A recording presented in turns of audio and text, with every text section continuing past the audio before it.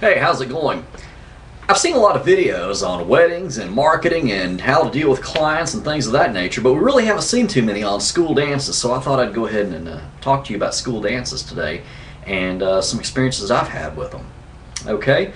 When I first started out the DJ service back a few years ago, I started doing school dances first, and I thought, well, I really didn't want to get into weddings right away because I knew weddings had to be perfect, and I thought school dances would be a lot easier than weddings. I thought, you kind of start out in school dances, then work your way up to weddings, because I figured weddings would be a lot harder than school dances. That's what I thought when I first started out.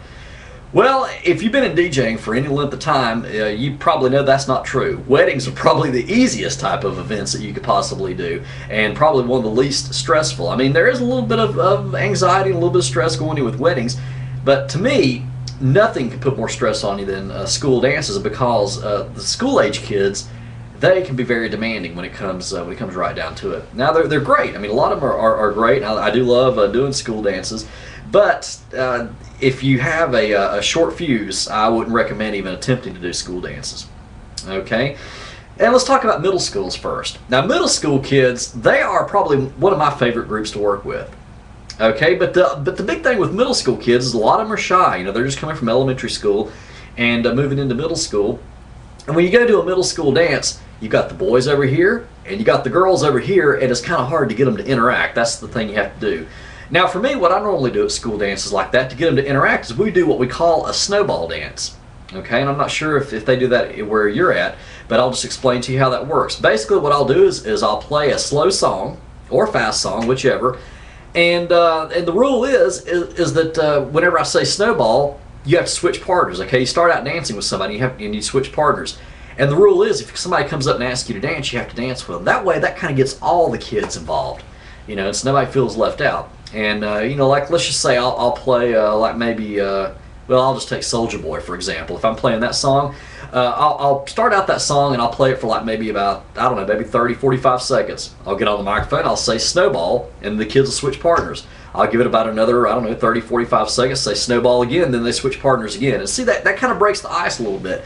And the kids really enjoy doing things like that. That really helps them out. It really helps them get motivated and get out there on the dance floor. And they usually love doing things like that.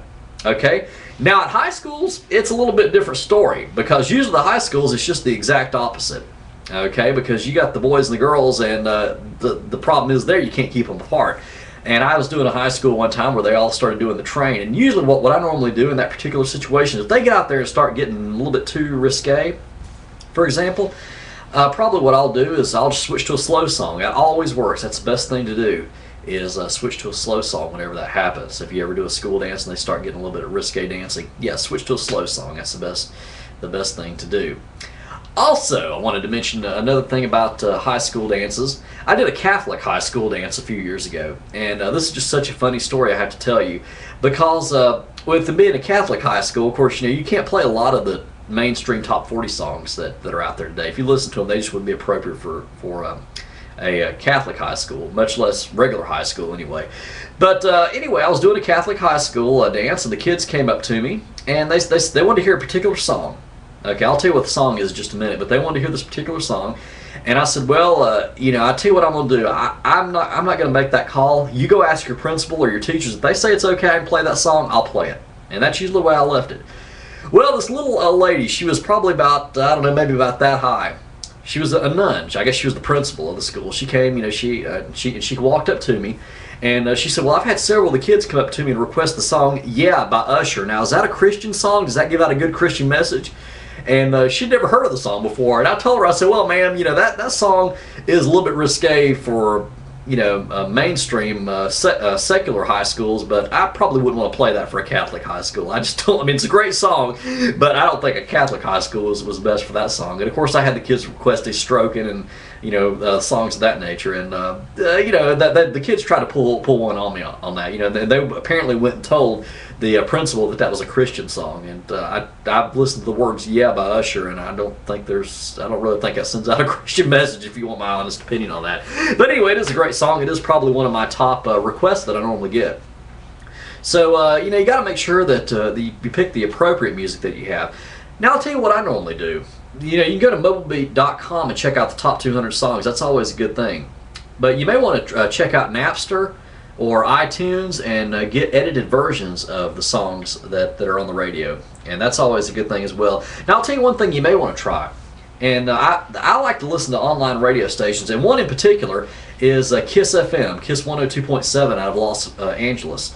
And I would spend hours and hours on end just listening to them, because a lot of their music that they play, they start playing the music before it's actually released to the rest of the country. And and usually what I would do is I'd listen to them, and if I hear them play the same song, like 2 or 3 times within a 3 or 4 hour time period, well, I know that's a pretty good song, and I'll go in and write it down and download it. And normally it usually catches on, and they usually play the most popular songs. So they have a live stream. Go check them out, and that website address is KIISFM.com. It's Kiss FM out of Los Angeles. Real good radio station, and they definitely have it on the ball there. So check it out and just listen to them for a while. And if you hear a song that sounds upbeat, write it down and download it. And that's usually what I do. And I mean, it really has helped me out a lot. And like I said, they start playing a lot of songs before they're actually released to the rest of the country. So they'll probably catch on later. And that's kind of how I got through school dances. Now, another thing we need to mention equipment for school dances, okay? All right, now when you talk about equipment for school dances, okay, you got to remember one thing for schools. You got to have more of everything. You got to have more lights, you got to have more sound. You got to have everything for that, because the kids, they love it just as loud as you can possibly get it. Okay, but that's real important as well. And for me, I've got 4 JBL speakers, and normally for weddings I only use 2 of them, but for school dances I usually try to take all 4 of them, and it really helps out a lot because it just increases that bass and really helps the kids out, and it gets them really motivated. They really love it. The louder you can get it, the more that they love it, especially if you're in a gym. That always works out good too. So that's something else that you might want to keep in mind when you think about doing school dances. Also, marketing for schools. Now, how do you market for schools? Well, for me, I usually go ahead and get a school dance packet together, just like I do for my wedding packet, and I send it to the schools usually on usually about the first week of school in the fall, and then right after Christmas in the first week of January, and send it to them and explain the specials and things of that nature. And I just email it all around to all the principals of all the counties around my area, and I usually get some pretty good responses by doing things that way. Now in Florida, I don't know if this is the way it is with you guys, but in Florida we have the Jessica Lunsford Act. Okay, and I'm sure you know about Jessica Lunsford. She was a little girl that was killed a few years ago, murdered by, I think his name was John Cooey. But anyway, we have the Jessica Lunsford Act in the state of Florida, which means that if you are a vendor of any type, that includes mobile DJs, you have to get fingerprinted and have a background check done in every single county that you go and apply for. Okay, so I live in Escambia County, Florida, so if I want to go to Bay County, Florida, 100 miles away, well, I have to get fingerprinted in Escambia County to be able to do Escambia County schools. Then I have to get fingerprinted in Bay County to do Bay County schools, and Walton County to do Walton County schools. You see how that works?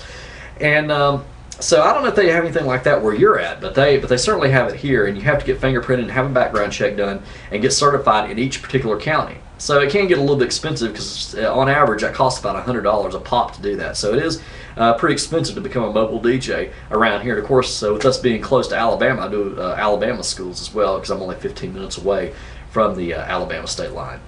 But anyway, that's where we're going to leave this. I hope it's been helpful to you. If you got any tips or suggestions or anything like that, just feel free to drop me a comment, or you can drop me an email. My email address is sndjentinc@aol.com.